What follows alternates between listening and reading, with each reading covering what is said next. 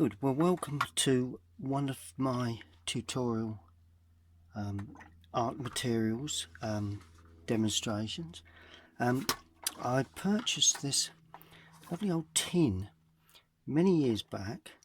It's served me extremely well. It's a Winsor & Newton mixing tin, tray and palette. As you can see, I do keep the mixing area fairly clean. Other parts of it have all gone rather messy and dirty, and I'm going to show you how to tidy. Any of you that do have a tin like this, this originally had a corrugated section in the centre where you could lay your tubes, and in theory you squeeze out the colour into these sections and then mix them over here, which I've found not to be ideal for me, bearing in mind I use large brushes to demonstrate. So while I was in engineering, I made a tray where I could just squeeze the colours in a lot bigger, but you know, this is a generalisation of how to clean any metal mixing tray and bring it back to life, really. What you will need is a old bristle brush for cleaning. I will need a screwdriver just for getting the tray out, digging the tray out. And then for coating, well, obviously the outside is black, so I've got a tin of black metal paint, and inside, after it's cleaned up, we'll need, you can just see where it's wearing there, just see a wear on the tin. So I'm going to rub it down and use a white metal paint to paint the white areas, and I'm going to tidy up that side as well. Okay, well, the first thing I'm going to do is to dig out this tray from inside. It's severely stuck down because of the amount of, there we go. You can see the tray I made with different sections in. Served the purpose quite well, actually. I'll put that to one side and tidy that up later. You can also see that I've got a build up of paint here, so I'm going to remove that, and I know what paint that is. I'm going to put that back in its tray. Now it's dry, and that goes in to the cadmium lemon section. So I'm putting that back in. Try not to waste any paints that you have. I shall soften that shortly with water. Excuse me. Right, cleaning up the tray. Well, water-based should clean up fairly easily, but I'll just show you the way I would clean it. I'm going to use a bristle brush and gently tease away the surface like that. You may get a bit of staining, but overall most of that should come off quite successfully with a bristle brush. Could use something a little bit bigger than this, but this seems to be working quite well. So you tease that all away. A bit of, well, tin doesn't rust like a lot of metals, but I can see a little bit of rusting there, so it's ideal that you get a bit of kitchen roll and just clean that all up. Okay, then we open up, and now this inner one needs looking at, and that's severely stained. Not too concerned about this, but may as well get it all clean while we have the opportunity. There you go. So I'll continue with this and show you the outcome very shortly. There we are.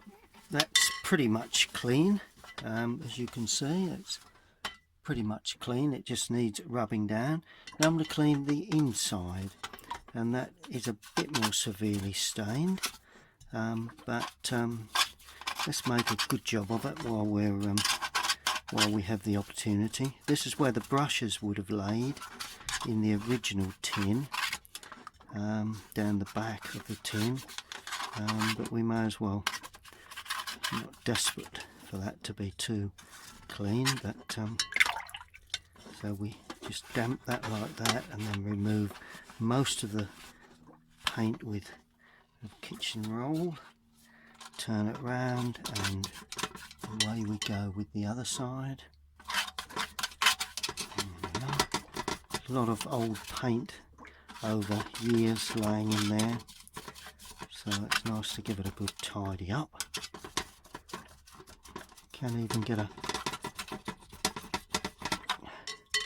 may even need a screwdriver just to scratch off the old paint that is very stubborn right in the corners. As I say, it's only watercolour, so it will remove very quickly once it's teased away with a brush. A bit more there, needs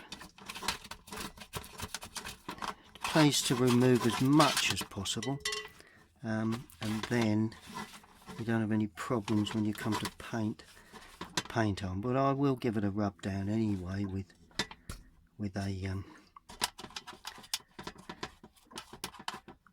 glass paper. And now it's just a matter, there is an area here, a section that I laid in, that's got to come out, and I'll leave that in the water to soak. And in the meantime, I'm going to clean this area. Now that cadmium red has seemed to run in there particularly badly, and I'll get back when I've got it all clean. Well, I'm just finally tidying it up with an old rag, but as you can see, it's come up pretty well. All the back where the hinges are, that also needs cleaning. So if ever you are at a boot fair or somewhere and you see an old tin, an artist's tin, never just think, that's seen better days. Well, it has in lots of cases, but with half an hour's cleaning and a little bit of paint, you'd be surprised how you can bring it back to life. And so anyway, that's my old tin, all nicely cleaned up. That needs to be allowed to dry. See how clean that comes up? It is rusty or flaking away, the enamel is flaking away, not so much on there, so consequently that needs a good rub down with sandpaper, but that is something I'll do shortly. In the meantime, in my bowl here, I've got this wedge that I've been cleaning. Remember, I put that into the water. Just got to do a little bit more cleaning on that, but that's something you probably wouldn't have, because this is something I made specifically for that tray. But all shows how anything with watercolour on it can be clean. Now this is stainless steel, so it's never going to cause me any major concern. Notice how reds dominate. So that's something to learn when you paint. You know, reds do dominate everything, including if you've got specific colours when you're mixing. Don't need a lot of red, need lots of other colours, but the red does tend to dominate. Like that. Okay, so that's another element that's clean. I've just got to look at this, at my mixing tray. It's not bad, but just a little bit of teasing around the outside.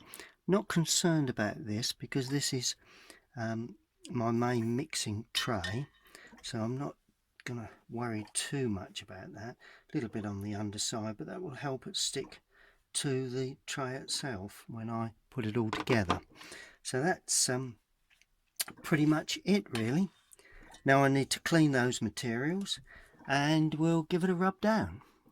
Right, now this is a very important part of the process, the actual buffing of the surface, and very important that you get this correct. It's only just ordinary household or painters rubbing down paper or wood and what have you, sandpaper, but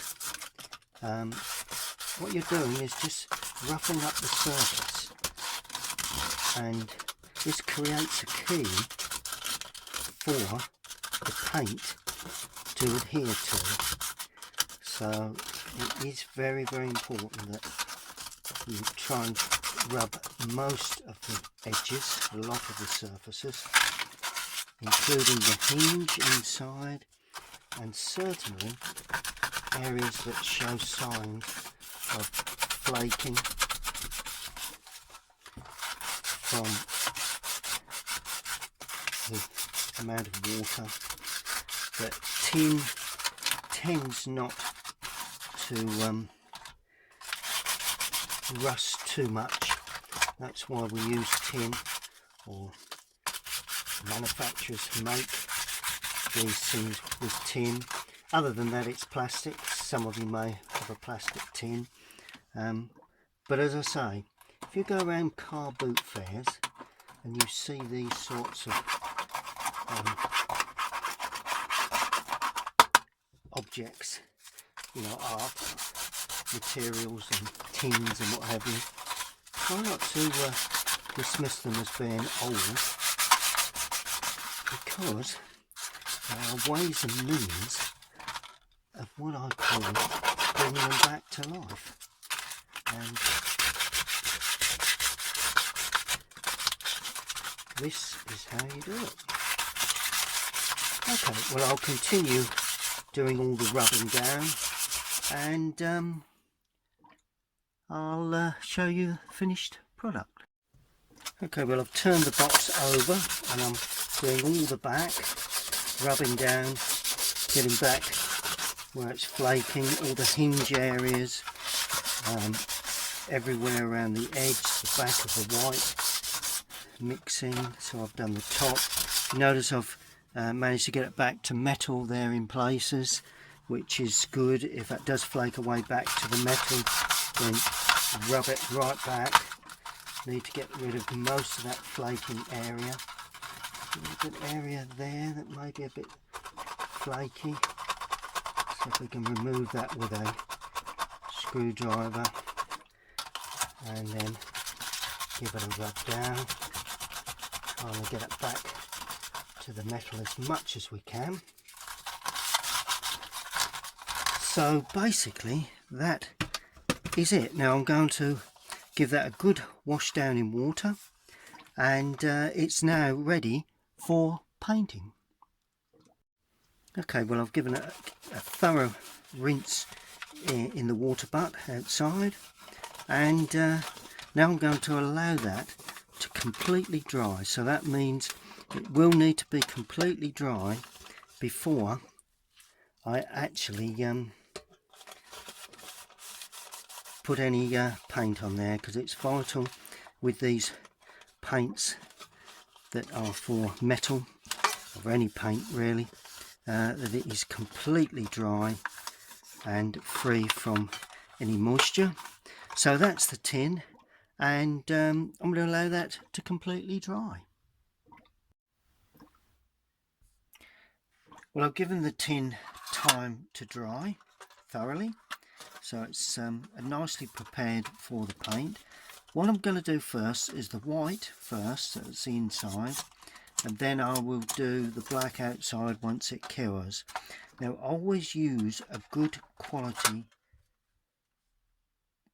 metal paint.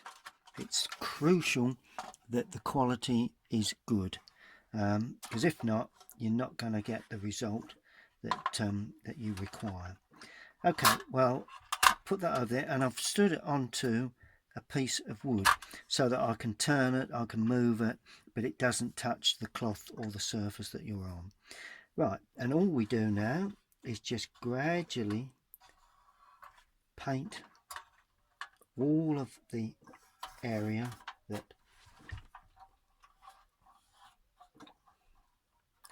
that needs to be whitened, really.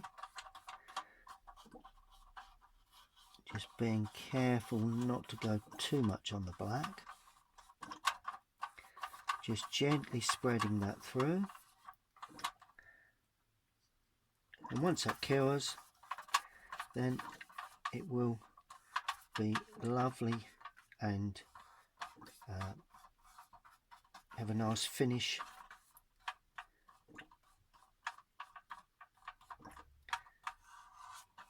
And you just proceed like that.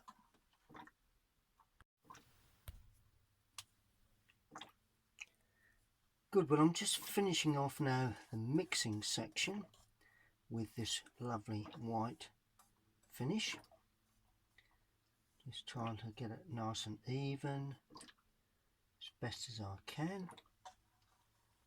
Can buy tins of spray that I have used in the past, but just had this white available as a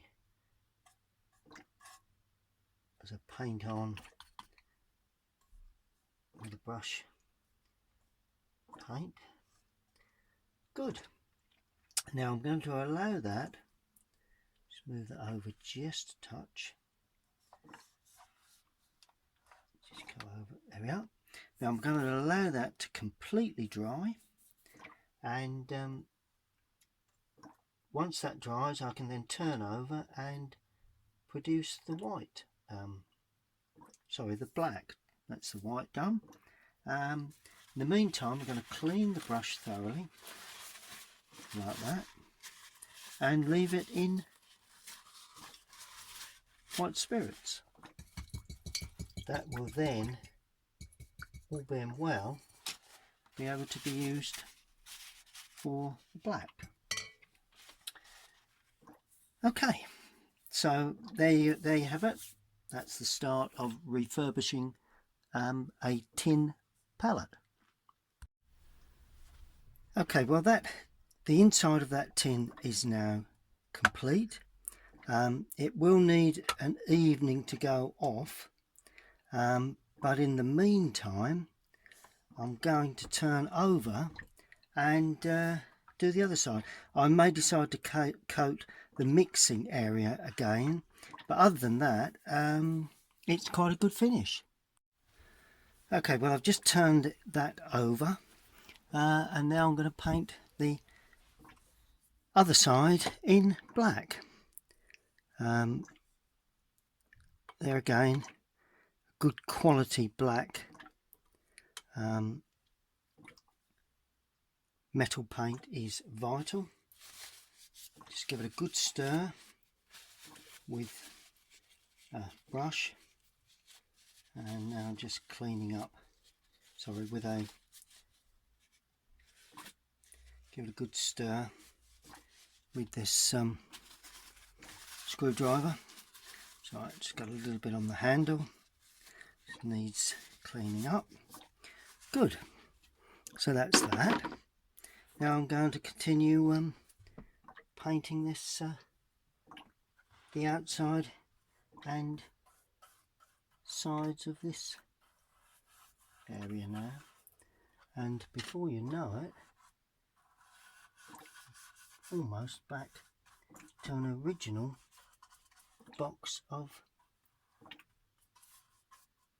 original palette for watercolours.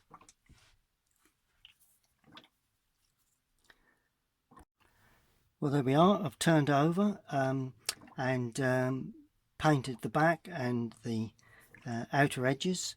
Now obviously I need to allow that to completely dry overnight and cure, and then maybe another coat on the top, but it's all ready for action. Just needed to assembly tomorrow.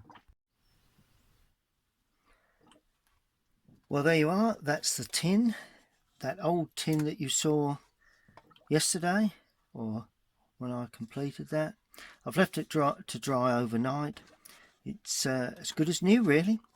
So never chuck your old tins away, your pallets. Indeed, if you're out anywhere and you see an old tin pallet, if it looks a little bit rusty, you know, reclaim it and bring it home and refurbish. Now I'll just put that in there, and then I'll just slide that little filler in just to hold it, and there you have it, my tin all completed, ready to be used again. I hope you've enjoyed that. So never chuck a tin mixing pallet away. It can always be refurbed.